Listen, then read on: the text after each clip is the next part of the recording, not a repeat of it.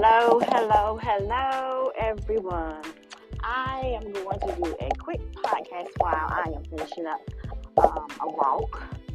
So, yeah, um, I took my hour for lunch to do a stroll in the park. So that's what I'm doing right now. Um, this is your girl, Charlene, of course. So, hello. Real quick, I was just listening to um, a message that was on YouTube, and I can't remember the gentleman's name, so I'll come back to you with that at a later time, probably a part two. So let's just go ahead and say this is going to be part one of this podcast. Today is Monday, March 18th, 2024. It's beautiful outside. It's a little bit crisp in the air, crispness in the air, which I like. I do have a little hoodie on so that my head won't get cold. But the sun coming down makes it feel so good and warm. Makes me feel all fuzzy inside. So let's get on to what I'm going to be talking about, discussing and sharing just briefly today. And then I'll come back and do a part two later on in the week when I get more information, do more research, and what have you, and talk to other people about experiences. I'll do my part two. But this part one, it's just a kind of, let's just say this is just something to strike up the conversation. So, the conversation that I want to have with you today is about fixing your own self. I'll say it again. We are going to be discussing how to fix our own self, or what it means to fix our own self, or even better than that, why should we worry about fixing our own self? Okay? So, yes, this is going to be dealing with relationships. This is going to be dealing with, partnerships and what have you. But the gist of the conversation is going to be about fixing oneself first. Okay, so let's go ahead and get into it. But real quick, you know how I am and what I always tell them. This is just my personal opinion, which means something to me. It may or may not mean anything to you. Hopefully it will, though. So, how did I come upon this particular subject? Well, as I was walking and listening to this individual on YouTube, he was speaking about two individuals becoming one in a partnership, a relationship, marriage, and what have you.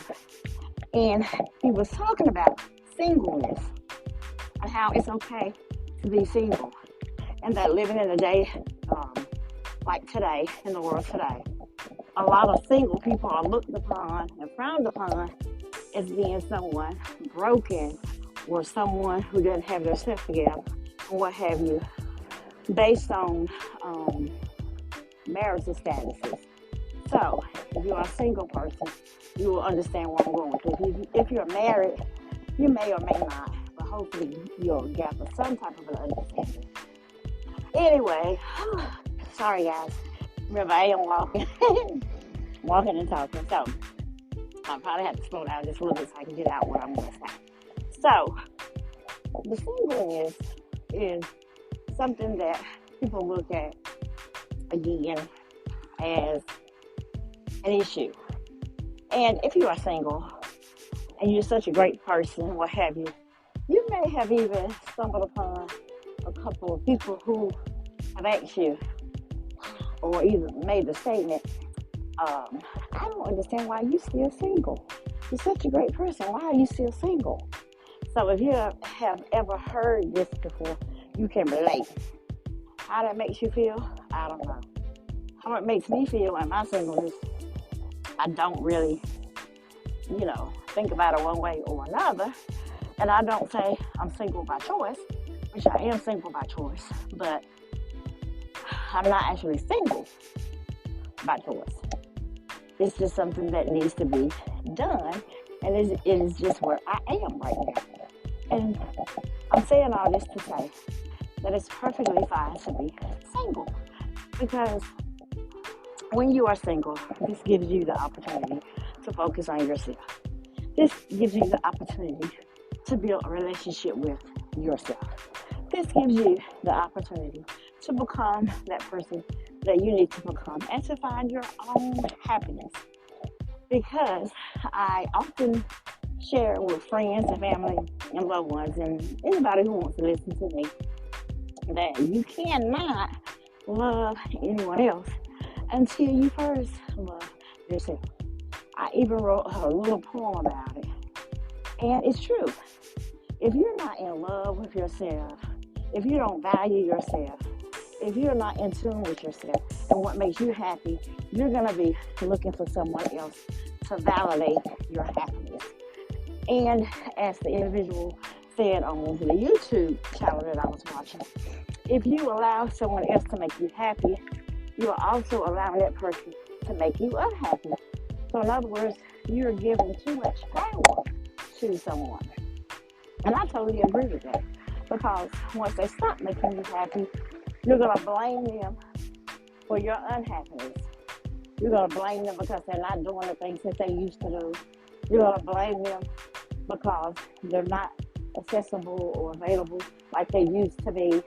You're going to blame them for everything that happens and everything that does not happen in your life. And that's a bad place to put someone. We shouldn't have somebody else on a pedestal like that, or we shouldn't give them that much power or responsibility. That's not fair. Because what normally happens is this person, or you could be that person, just trying so hard to make the other person happy, you have forgotten about yourself. And now they're not happy because I have found out the more you do, the more that's required. That's true. The more you do, the more is required. You can never do enough to make someone who is unhappy happy. They're going to always find a reason, or always find a situation where you could have done more, or their expectation of you and from you becomes overwhelming. It really does. And I've been in situations like that before. It's like, I can never do enough. And I've heard men and women say this. I can never do enough. And they are right. They can't. You can't. You cannot. Because who you're dealing with, or if it's you, you gotta be happy first. You gotta be happy first. So if here's a happy person that's with another individual that's not happy, the happy person is gonna be exhausted. The unhappy person is gonna continue to pull from you, take from you, because they want your happiness. Just trust me. You may not think so, but they want your energy. I'm telling you what I know. Not what I read, not what I felt, but what I have experienced. And if you can relate to this, please send me a short clip or whatever, respond back to this podcast and let me know what you think about it. So, with that being said, two individuals that come together make a couple. So, 1 plus 1 makes 2. 2 is a couple, right? So, until you have a happy person over here and a happy person over here, 2 positives make a what? Another positive. So, if you have a negative and a positive, that's going to make a what? Some people say a positive in math, but really, it's gonna equate out to be a negative, because again, the person who is not happy with themselves is going to be looking for you to validate them, or you will be looking for them to validate you. So, with that being said, it's very, very, very helpful and advisable to seek happiness.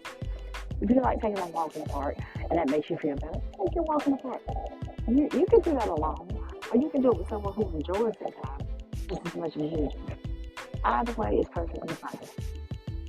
If you enjoy going out and sitting somewhere and just listening to music, come do it. Make yourself happy. Look at yourself in the mirror and say, I'm wonderful. Because if you don't do it, how do you expect for somebody else to do it? How are you not going to validate yourself, but you want somebody else to validate you? let's just be honest. We are thinking and wanting and dealing with reality. And the reality is, two unhappy people are going to be two miserable people.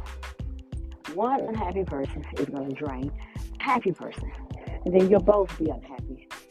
So, my advice to you and my suggestion would be to make sure that you are in a place to give as well as receive. We all want to receive, and the reality is, if you are not in a place to give, you're going to always be a taker. You're going to want from other individuals. And the more you want, the worse it's going to get. Because when that person is not able to give you everything you want and desire, when that person is not there for you the way that you think they should be there for you, even though they've done 100,000 things before, that one time that you are not available for them, that 1 minute you tell them no, that 1 second you turn and walk the other way because you don't have it in you, everything you did that was good is going to go all out the door. The only thing that that person is going to remember is what you did not do. I'm telling you, if you don't believe me, I don't want to tell you to try it. Because this was not something that I would not recommend anybody try. But the moment you say, I can't, the moment you say, I don't have, even though you spent your lunch money giving them money, even though you went out on your second job to make money, to give them money, or to feed them, even though you took clothes off your back to give to them, etc., etc., you went out of your way. The very first time that you tell them that you can't, you're going to be a traitor. You're going to be the enemy. Just trust me. I'm laughing, not because it's funny, but I'm laughing because the devil is a liar. And that just simply means you continue to be that beautiful, blessed person that you are. You continue to put beautiful, blessed people around you, and you continue to love yourself, and everything will work out just fine. But until you get to a place where you know you are ready to give as well as receive, and I'm not talking about money, y'all, when I say give. I'm talking about time. I'm talking about attention. I'm talking about understanding. I'm talking about compassion. I'm talking about love. I'm talking about everything. A lot of people think when you say give, you're talking about some money. No, that ain't. I mean, that's part of it, but that's not all of it. That's not the main part.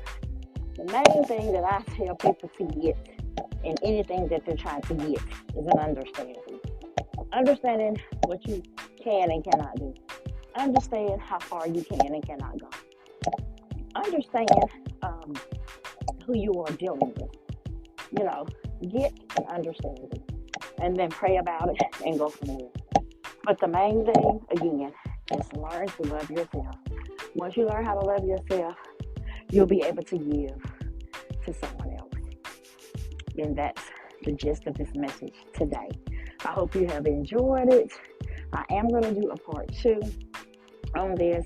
I didn't want this to be too long. I just wanted this to be somewhat of an introduction to what I want to speak about later.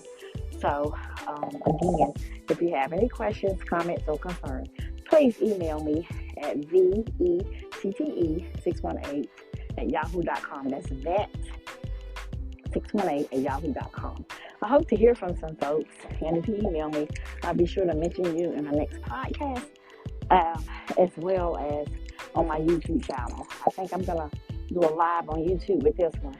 If you want to join in that, just check out Charlene Funderburk on YouTube, and I'll be coming back real soon with a part 2 about this, because this is a real deep message, because individuals don't understand that being single is really a blessing in disguise. Well, I won't even say in disguise. It's really a blessing, because this is a time that God has allowed you to seek Him first and seek all of His righteousness and come unto Him as a child.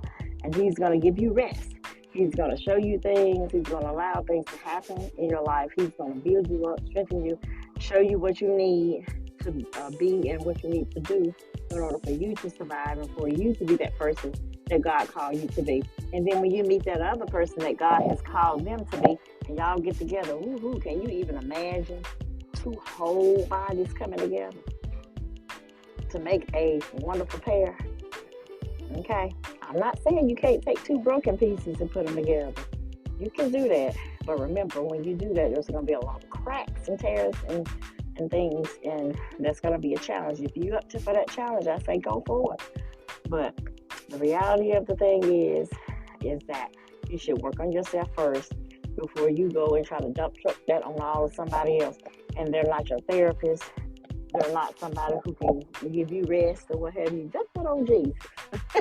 Don't dump it on your partner. Dump it on Jesus. Dump that on your partner. Don't. Dump that on Jesus. Don't dump it on your partner. I'm sorry, I'm getting off track a little bit here. And ask God for direction or what have you. But be a listening ear. I'm not saying turn away and shun anybody. I'm just saying know what you're getting yourself into. When you get something, get an understanding, like I said, and make sure that you are ready for that. Because that's a large responsibility, y'all.